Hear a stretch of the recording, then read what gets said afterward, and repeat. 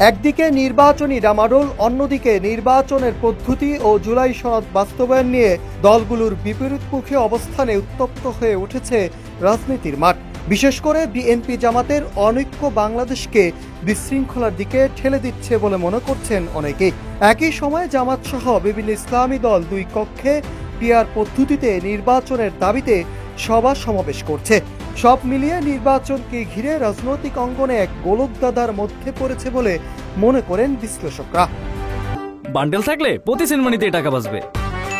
বিকাশ send money bundle কিনে জিতুন প্রতি লেনদেনে।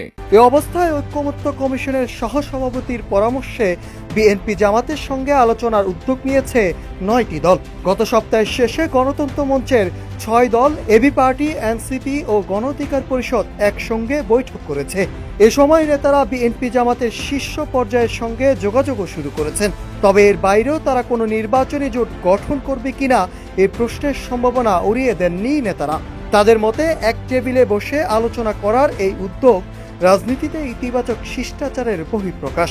আগামী দিনে এই ধারা অব্যাহত থাকলে জনগণ এর সুফল পাবে। Nahid Hasan, news desk, Ittefaq.